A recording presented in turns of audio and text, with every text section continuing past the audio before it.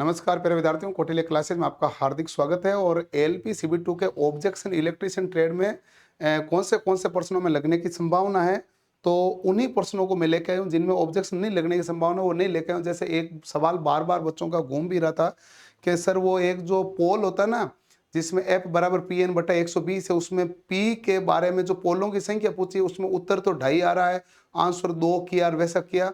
तो उसका सामान्यतः बहुत सारे परीक्षा में आता है और उसमें जो न्यूनतम में जो पोल होता है वो 2 ही लेना होता है। 3 शायद तक आपके उसमें ऑप्शन में था नहीं, और मैंने वैसे देखा तो, और बाकी जो न्यूनतम वाला पोल रहता है वो पोल ही लेना होता है। तो उसमें ऐसा कोई ज़्यादा मुझे इश्यू लगा नहीं था। और ऐसा सवाल कोई केवल आपके नहीं आया, जूनियर इंजीनियर में पहले आ चुका है, अलग अलग परीक्षा में आ चुका है, और हो सकता है कि इस सवाल को डिलीट कर भी दें। तो मैं उसका भी आपको फॉर्मूले के साथ, निमी के किताब में फॉर्मूला पढ़ा है, आप उस फॉर्मूले के साथ सॉल्यूशन करके मैं टेलीग्राम चैनल पे डाल दूंगा या व्हाट्सएप चैनल पे डाल दूंगा। वहां से आप ले लेना कि ये रहा सर सबूत, और इसका 2.5 हो रहा है और 2 आपने कर दिया तो वो नहीं हो रहा है, तो ये आपके ऑब्जेक्शन लगेगा। तो वो मैं सारे वहां अपलोड कर दूंगा। लेकिन बच्चों की बहुत डिमांड थी वीडियो का, वीडियो में कितना भी करूंगा डेटा तो मुझे वहीं अपलोड करना पड़ेगा, क्योंकि तभी आप ऑब्जेक्शन लगा पाओगे। ऑब्जेक्शन लगाने की डेट कहां तक है? 14 तारीख तक है ना। तो आज हम 9 तारीख है, 9 तारीख पे बात करें, अभी 5 दिन पड़ा है। ऑब्जेक्शन लगाना अपन को 10 तारीख कल शाम तक, शाम को लगाना है। लेकिन बच्चों की डिमांड है सर, क्योंकि डिमांड इसलिए है कि नंबर 26 के आसपास चल रहे हैं ज्यादा, 27-28 के, कौन सा कट रहा है कौन सा जुड़ रहा है। तो मुझे सीधे सीधे ऑब्जेक्शन लगे वो मैं आपको बता देता हूं, जो डायरेक्ट ही गलत है। वो एक तो सवाल है, स्टार संयोजित लोड में लाइन वोल्टेज और फेज वोल्टेज के बीच फेज अंतर कितना है। इनके बीच में जो फेज अंतर होता है वो कितना डिग्री का होता है भाई? 30 डिग्री का होता है। ये हमारे पास फेज वोल्टेज है VUN है, और VUV है जो हमारे पास क्या होता है? लाइन वोल्टेज होता है। ये लाइन वोल्टेज है और ये कौन सा? Phase voltage. Phase voltage phase और न्यूट्रल के बीच होता है, लाइन वोल्टेज 2 फेज के बीच वोल्ट है, तो U और V के बीच में, इन दोनों के बीच में अंतर कितना डिग्री का होता है? तो आप कहेंगे 30 डिग्री का अंतर है। तो ये हमारे पास अंतर 30 डिग्री का है, और ये निमी के किताब से लिया गया है। निमी की किताब में देख लो, ये आपके 30 डिग्री का सॉल्यूशन करके भी दिया। अब सहोगे आप रेफरेंस में क्या लिखोगे? NIMI book electrician trade first year volume 1 page number 288। पूरी डिटेल भी दी, फोटो भी अपलोड करनी है, ये डिटेल भी अपलोड करनी है। लाइन वोल्टेज फेज वोल्टेज नाम हमने पेन से लिखा है। बाकी इसका मतलब यही ना, लाइन ये जो न्यूट्रल के साथ होता है फेज वोल्टेज होता है, फेज और दोनों के फेजों के बीच होता है वो लाइन वोल्टेज है। ये मामला है। अच्छा, अब देखें अगला सवाल। अगला सवाल है, 3 फेज प्रणाली में संतुलित लोड प्रणाली निम्नलिखित में से कौन सा सही है? संतुलित लोड प्रणाली होती है, ये हमने क्लास में भी आपको पढ़ा रखा है, सब जगह आपने देखा है। संतुलित लोड प्रणाली होती है तो उसके लिए कंडीशन क्या होती है? लाइन धाराओं का योग आवश्यक रूप से शून्य नहीं हो सकता, प्रत्येक फेज 120 डिग्री है। असंतुलित में न्यूट्रल धारा शून्य होती है कि लाइन वोल्टेज सदैव बराबर होती है। तो देखो ध्यान से, यहां पर फेज धाराओं के परिणाम असमान होने पर उदासीन धारा शून्य नहीं होती। फेज धाराओं के परिमाण असमान होने पर, असमान है तो उदासीन धारा शून्य नहीं होती। और ये अपने पास इसीलिए पूछ रहा है कि उदासीन धारा शून्य है, कि आप कहेंगे भाई उदासीन धारा शून्य नहीं होती। तो लाइन धाराओं का योग आवश्यक रूप से शून्य नहीं होता है, बिल्कुल सही बात है। तो ये लाइन धाराओं का योग आवश्यक रूप से शून्य नहीं होता है असंतुलित के केस में, क्योंकि ये जो हमारे पास न्यूट्रल होता है वो भी धाराओं का योग होता है, और फेज धारा कोई सा भी होता है उसका परिणाम शून्य नहीं होगा। फलस्वरूप उदासीन लाइन में धारा न्यूट्रल है, ऐसे जिसमें भार संतुलित है, धाराएं समान है, तो वहां पर शून्य होगा, बाकी जगह शून्य नहीं होता है। तो हमारे पास इसमें शून्य नहीं होता, वो कंडीशन आएगी, असंतुलन का प्रभाव आएगी। तो ये असंतुलित धारा उदासीन धारा के अंतर्गत प्रवाहित होगी।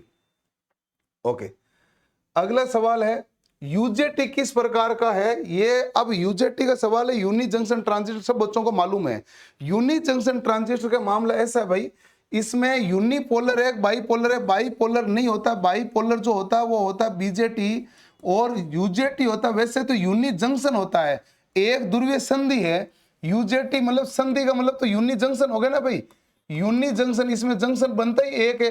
क्यों एक जंक्शन बनता है? क्योंकि आप देखेंगे तो ये आपके पास इस प्रकार का होता है, तो पीएन होता है, पीएन में जंक्शन कितना होता है? एक होता है, और ये एक ध्रुवीय संधि युक्ति होती है। यूजेटी भी एक ध्रुवीय होती है और ए यूनिपोलर होता है तो एपीटी भी यूनिपोलर ही होता है, तो एक ध्रुवीय संधि युक्ति है। तो आंसर हमारे पास सेकंड करेक्ट है। और इसका निमी में डायरेक्ट दिया हुआ नहीं था, मैं किसी और टेक्स्ट बुक के साथ इसका रेफरेंस करके मैं आपको अपलोड कर दूंगा। वैसे यूनि जंक्शन तो दिया ही हुई है, तो जंक्शन तो यूनि होगा, लेकिन यूनिपोलर भी हो जाना चाहिए। मैं इंग्लिश में सवाल को करके और वो भी मैं अपलोड करवा दूंगा। अगला है वोल्टेज ट्रांसफॉर्मर और करंट ट्रांसफॉर्मर का कनेक्शन कैसे है। वोल्टेज ट्रांसफॉर्मर है तो ये हमारे पास वोल्टेज मापेगा, और वोल्टेज हमेशा कौन से क्रम में मापते हैं, समांतर क्रम में कनेक्शन जोड़ा जाता है। करंट ट्रांसफॉर्मर जैसे मान लो अमीटर के द्वारा मापा जाता है, अमीटर को कौन से क्रम में जोड़ते हैं, तो आप कहेंगे अमीटर को श्रेणी क्रम में जोड़ते हैं, ये मामला है। तो ये हमारे पास वोल्टेज समांतर है, श्रेणी, ये हमारे पास क्या हो गया, गलत हो गया। श्रेणी समांतर नहीं आएगा, समांतर श्रेणी है, ये हमारे पास करेक्ट होगा। पहला समांतर में और दूसरा श्रेणी क्रम में। ये जब हम पढ़ाते हैं तो पूरा लिखाते भी हैं, तो इसका भी मैं अपलोड कर दूंगा आपके जो ऑथेंटिक प्रूफ। अगला एक और है एन चैनल मोसफेट में क्या बढ़ाने पर ड्रेन धारा बढ़ती है, तो gate to source voltage threshold volt से ऊपर बढ़ाने पर। यह बात सही है, इसमें ऑब्जेक्शन वाला मामला नहीं है।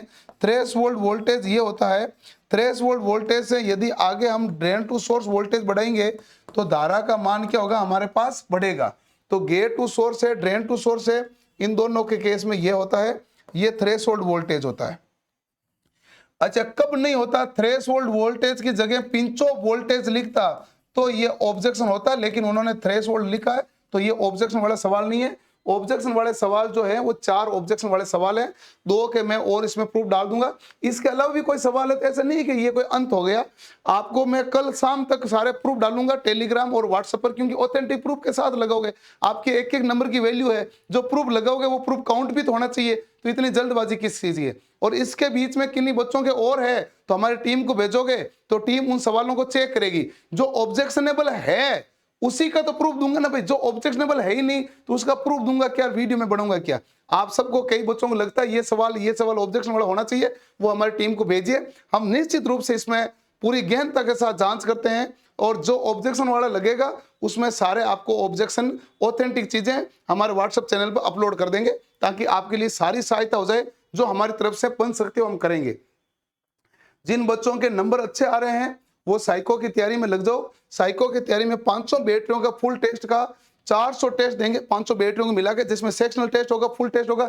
वीडियो कोर्स तो वैसे भी फ्री है, मैं यूट्यूब पे पढ़ाऊंगा, ऑफलाइन भी मैं फ्री पढ़ा रहा हूं, लेकिन प्रैक्टिस सेट के लिए ये जो 500 रुपए की फीस है, ये 500 रुपए की फीस केवल कहां तक है भाई, तो केवल 10 मई तक है, और 10 मई यानी कल शाम तक। उसके बाद इसकी फीस है जो 699 रुपए हो जाएगी। फिर आप कहोगे सर 200 रुपए बढ़ गए हैं, हमने एक दिन लेट कर लिया, तो आप जिस बच्चे को लेना है वो अभी टाइम से ले लेना। कट ऑफ के बारे में भी मैंने वीडियो बना दिया, उसको देख लेना। अब कई बच्चों के कंप्यूटर के सवाल को लेकर डाउट्स है, या फिर कोई और पर्यावरण के सवाल को लेकर डाउट है, उनके वीडियो कल आएंगे, क्योंकि हम केवल वीडियो बनाना मकसद नहीं है, हमारा ऑथेंटिक प्रूफ भी तो आपको देना है, तो वो भी हम पूरा देंगे। अब नीमी में क्या है, डायरेक्ट लाइन नहीं मिलती है तो दूसरी टेक्स्ट बुक के माध्यम से देंगे। आज साइको एग्जाम और अलग अलग क्वेरी के कारण मैं तो पूरे दिन बिजी रहा, तो मैं तो निकाल नहीं पाया, टीम ने जो ढूंढा है कल मैं खुद लग के आपकी चीजें निकाल के दूंगा। अब अभी साइको का लोड पड़ा हुआ है, पूरा साइको पढ़ा रहा हूँ, ऑफलाइन भी पढ़ा रहा हूँ, ऑनलाइन पढ़ा रहा हूँ, वीडियो बना रहा हूँ, प्रैक्टिस कैसे करनी है, टेस्ट भी आपको वापस चेक कर रहा हूं, तो अभी मैं उसमें ज्यादा व्यस्त रहता हूं। परंतु आपका काम मेरे लिए सर्वोपरि है, और आपके 14 तारीख तक है। कल हम ऑथेंटिक प्रूफ के साथ टेलीग्राम और व्हाट्सएप पे डाल देंगे, कोई तनाव नहीं लेना, हम बैठे हैं तो तनाव की कोई बात नहीं है। एलपी मतलब कौटिल्य क्लासेस, और कौटिल्य क्लासेस मतलब श्योर सिलेक्शन। मिलते हैं नेक्स्ट वीडियो के साथ।